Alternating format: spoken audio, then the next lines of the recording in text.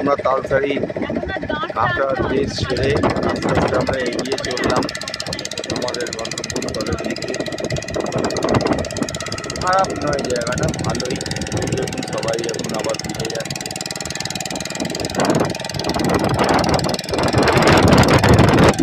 দূরে সমুদ্র, আর আমরা যাবোই সামনে।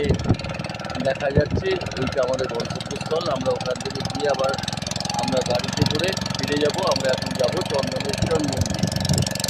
আজকে সারাদিন আমাদের ঘোরারই প্ল্যান। এই যে সামনে দেখা যাচ্ছে এইটাই তো, এইখানে আমরা যাব। এখানে আমাদের বোটের জার্নি শেষ। আমাদের নেক্সট গন্তব্যস্থল চন্দনেশ্বর মন্দির।